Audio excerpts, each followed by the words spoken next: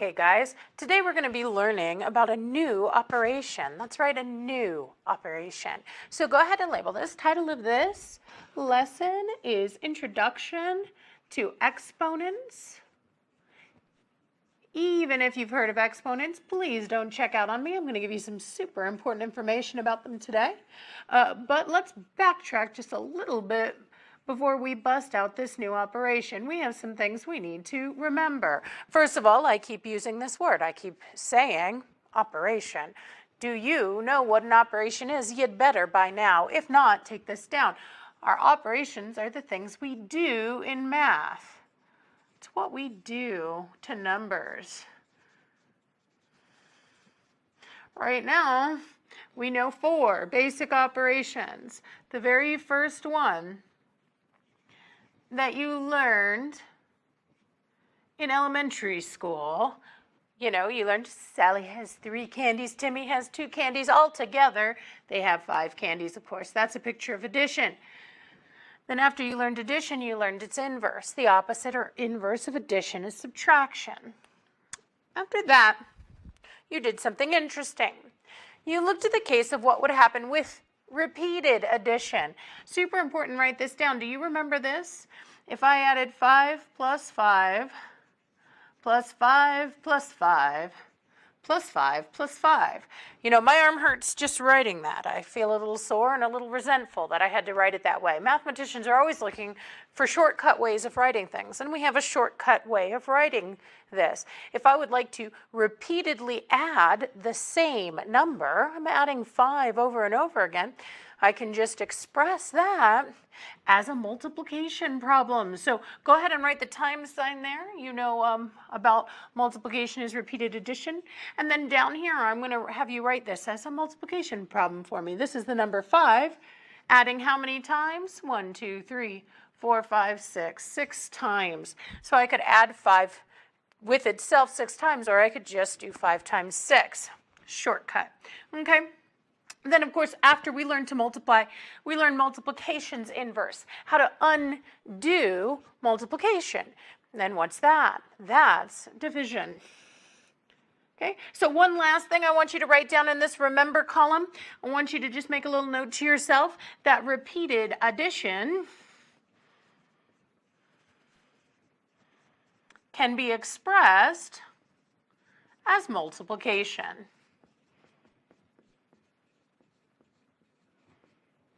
Super important, and this is what we're going to build on today.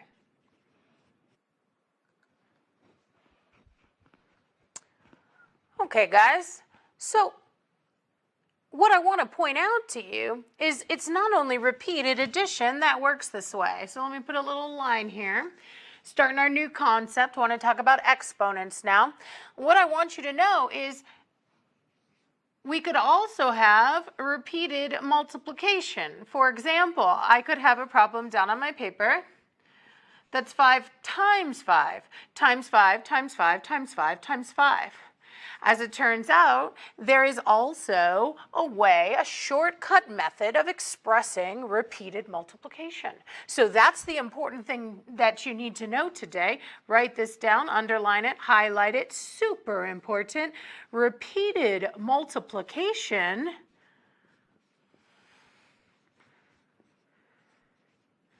can be expressed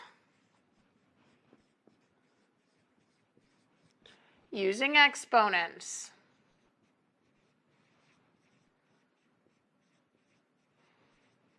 Okay. We have something we call the exponential form of an expression here. An exponential form is always going to have a big base number on the bottom, and then you're going to see a little floating exponent or power. Now, I haven't filled in the numbers yet. Let's go up and look at this expression we were looking at. All these 5s multiplying together.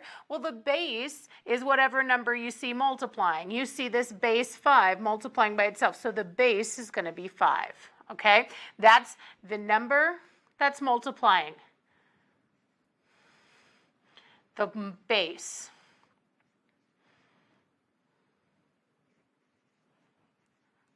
This exponent here expresses the number of times the base is multiplying by itself.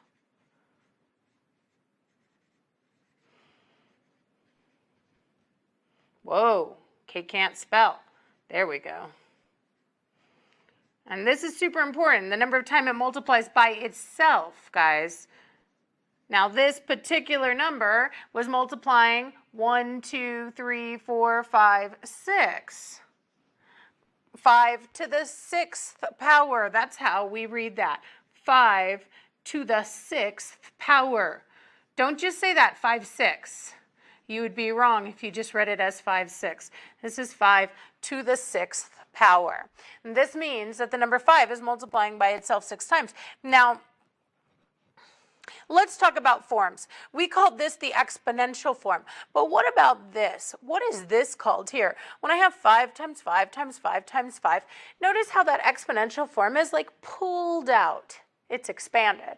And so this is frequently called the expanded form. I've seen it also in our textbook, heard some other math teachers talk about it as the factored form. Why would they call it the factored form? Well, you may remember that a factor is a number that's multiplying, and so it's called the factored form because it's pulled out as a multiplication problem. So two different ways to write the same thing. These two things are equivalent. They're equal. We call this the exponential form. We call that the expanded form. Wonderful. So right from there, you are going to have some math problems that you could get. Okay, so let's look at two of the kind of problems you could be given here that have to do with this. We see that there's two different forms to say the same thing. Two different ways of expressing the same information. Anytime you have more than one way to say something in math, there's a way to flip back and forth. Okay, and so let's look at that. You might be asked to do that on the GED. So let us rewrite the following expression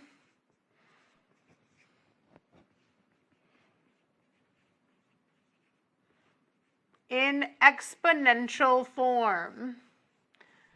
Now, or could say, I've seen problems that say like, rewrite it using exponents. They'd be saying the same thing.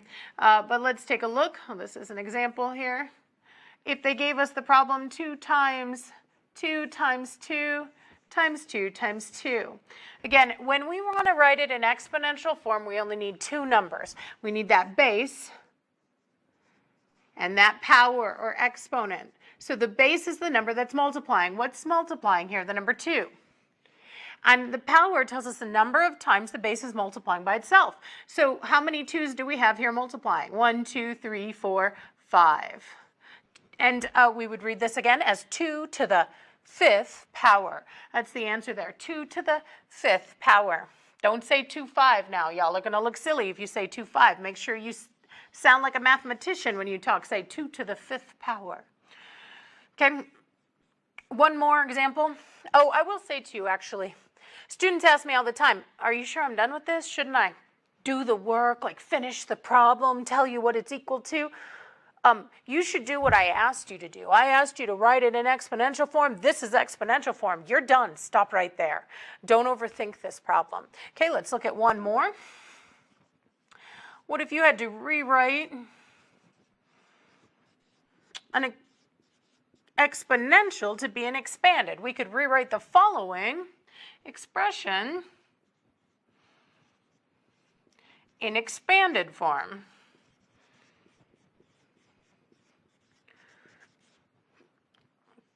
1 to the 7th power. 1 to the 7th power. Now, currently, you can see this is in exponential form. We have a base, we have a power.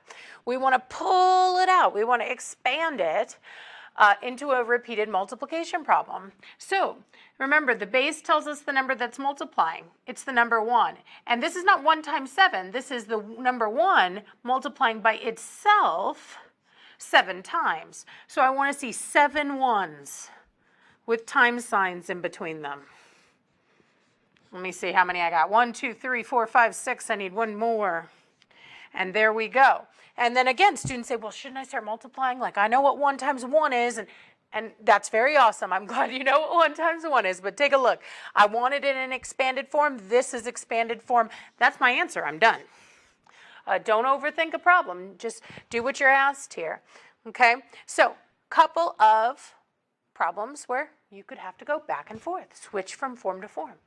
Now, are we ever going to have to work these problems, do the math?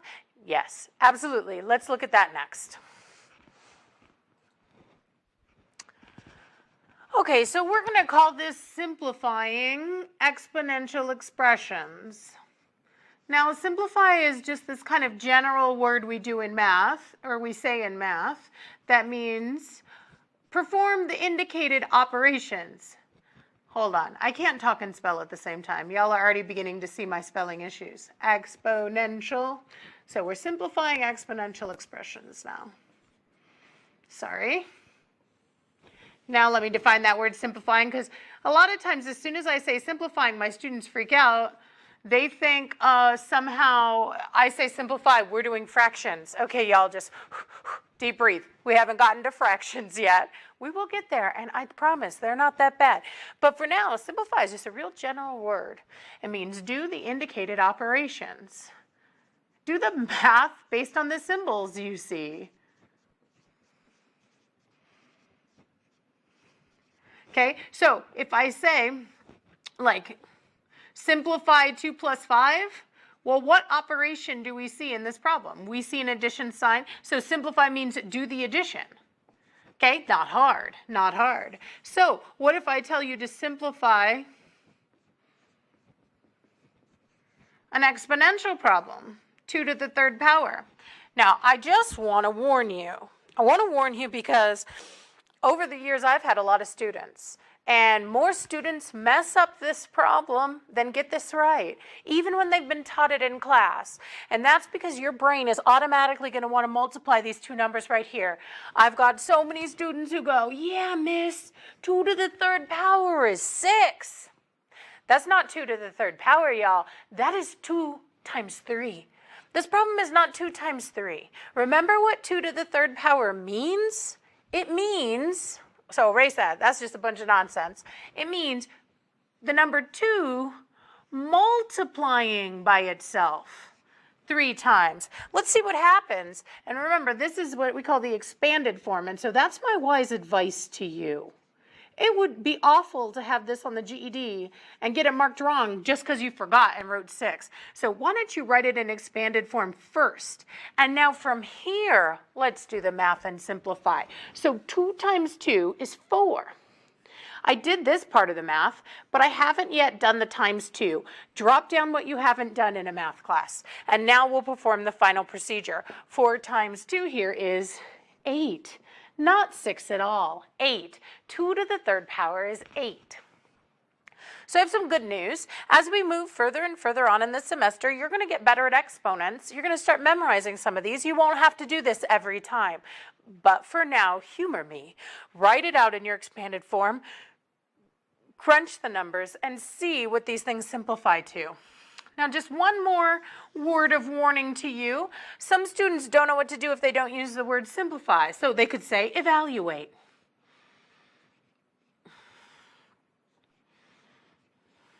They tell me to evaluate 5 to the 4th power. They're asking me to do the same thing as simplify. They just want me to do the math. Now, y'all, don't be the foolish student who writes 20 here. Don't be the one who forgets what this means. This does not mean 5 times 4. What does it mean? It means the number 5 multiplying by itself 4 times. And that's going to get a whole lot bigger than 20 because, hello, 5 times 5 is 25. This 5 times 5 is also 25. See how I use this up? It dropped. I use this up. The answer dropped, but I have not yet done this multiplication. I'll drop that down there. And what I'm doing here is 25 times 25. You say, Kate, can I really do it in any order like this? Yeah, you sure can. You can multiply in any order you want. There's a name for that property. We call that the associative property. We've talked a little bit about that before. If we haven't, check out the video. So here we go. I'm going to finish this problem up. 25 times 25. Maybe you say, Kate, I have no idea what that is. Now's the time for some side work. Make sure your side work is over here. Don't you mess up my beautiful problem. I actually do not care how you get this answer. I don't care if you put it in your calculator. I don't care if you do it on the side of your paper. I don't even care if you call your girlfriend and say, hey, what's 25 times 25?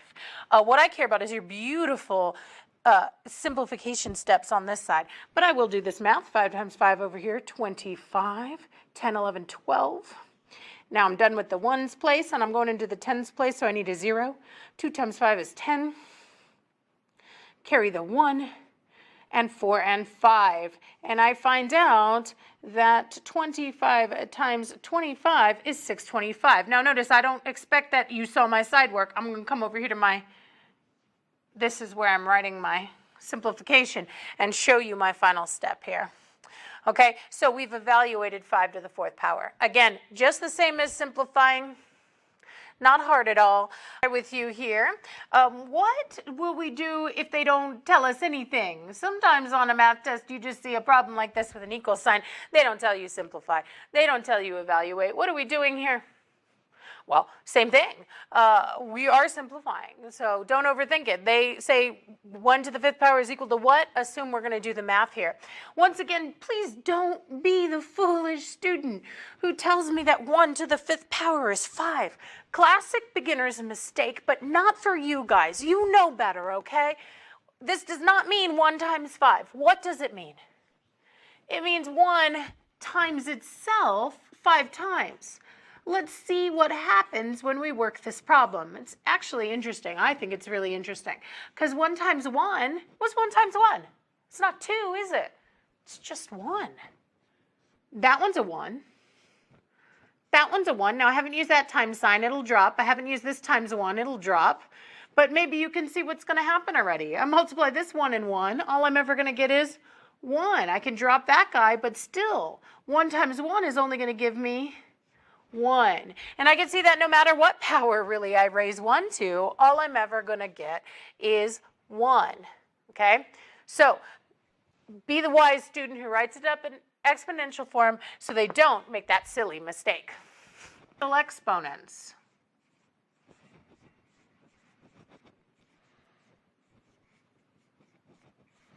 Super important that we address this because these are actually pretty simple, but if you don't know, you'll mess it up. And I don't want you to make mistakes on easy little things on the GED. So give yourself a little room in your notes, okay? I want 2 to 3 lines per exponent. Here we're going to be talking about 4 of them. We're going to talk about the exponent 0. Skip a few lines. We're going to talk about the exponent 1. Skip a few lines. I want to talk about 2. And I want to talk about 3. Now, oddly enough, I'm going to start with 2 and 3. We'll come back to 0 and 1, okay, y'all? Let me just put a line right here. The reason I want to talk about 2 and 3 is because they're special because of their name. Both of these are so frequently used and common that they end up having nicknames or other ways to talk about them. Let me show you what I mean. If I wrote this problem, this is a 7 with the exponent 2. Remember I said you don't say 7, 2. Okay? How would I read a problem like this usually? I would read it as 7 to the 2nd power. Now, if you spend any time watching my videos or listening to me speak, you know that I am lazy as can be. I was resentful just having to write this down. I'm a math teacher, not an English teacher. Hate to spell. And I want to take 7, raise it to the 2nd power. I need a faster way to say this. The 2nd power comes up so much that mathematicians have a shortcut way to say this. Instead of saying 7 to the 2nd power, we will frequently just say 7 squared. And if I just say 7 squared, I need you to know what the heck I'm talking about.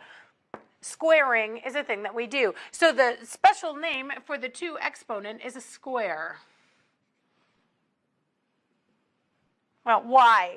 Why? A lot of students, why? I want to know why. Because if I looked at a square with a side length of 7, it would be a 2-dimensional shape.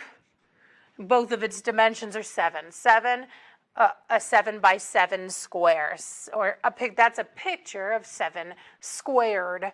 Okay, wonderful. So then let's take a look at the third power then. Again, if you saw this, a base of 7 with an exponent of 3, you could read that as 7 to the third power. But if you got resentful because that takes so long to say, look at you, you're a mathematician in the making, and you can go ahead and call it by its nickname, which is cubed. We can say this as 7 cubed, like cubing is a thing you do. The exponent 3 is frequently called a cube. Again, why, you ask? Well, a cube, as you might know, is a three-dimensional object that has the same measurements all around. It's a 7 by 7 by 7 shape. And so we nickname that floating 3 a cube. Okay, wonderful. So 2 and 3 are special just because they have these other names. So if somebody says to you, the GED could do it, what is 5 squared? They're asking you, what is, let's try that as an example.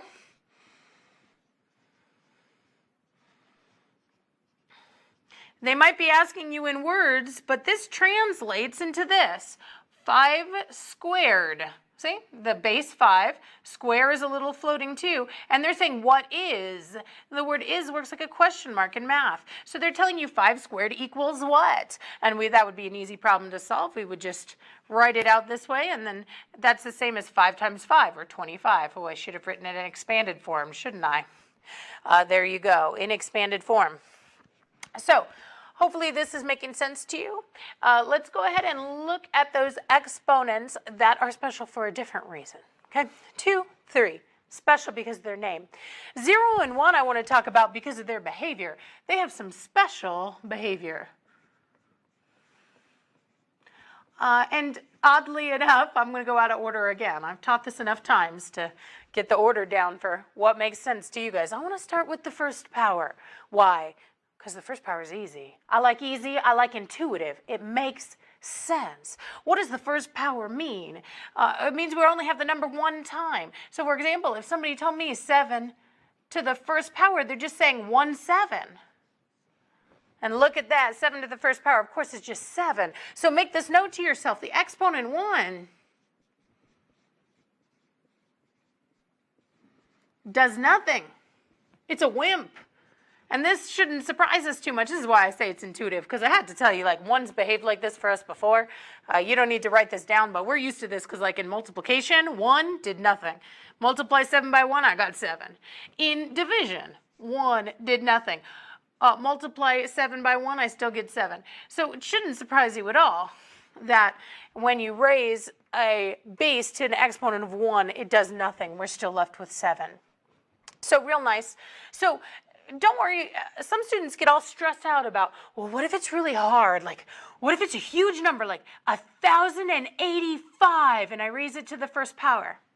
Doesn't matter, does nothing. I still have 1,085. Okay, y'all, so don't be panicked by ugly. Others say, oh, I can freak students out by using a fraction, right? I'll be like, oh, what is 2/7 to the first power? Notice I use parentheses because I want to raise that whole fraction to the first power. That's all I'm saying. Well, again, the first power does nothing, so that's just still 2/7. Does that make sense to you? My favorite trick is to use letters because y'all lose your snot. You're like, oh my gosh, it's algebra, right? So I'll be like, what's x to the first power? Y'all, this is not an algebra problem. This is an exponent problem. We know how 1 behaves. He does nothing. So x to the first power is just x.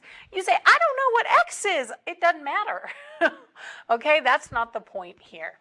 Okay, are we good with that? Is that good? Wonderful. Let's look at something not as intuitive. Let's look at the 0 power. I often tease my students that I'd like them to start tattooing this on their body because they forget it. This is the one you're going to forget it. So mark it, star it, tell yourself this is a GED trick. Put this someplace in your notes where you won't forget it. If you've been that slacker who hasn't been writing down anything so far, now's the time to start writing. I will try to trick you this way in class quite frequently. Why? because I know they do this on the GED, and I don't want you to be tricked.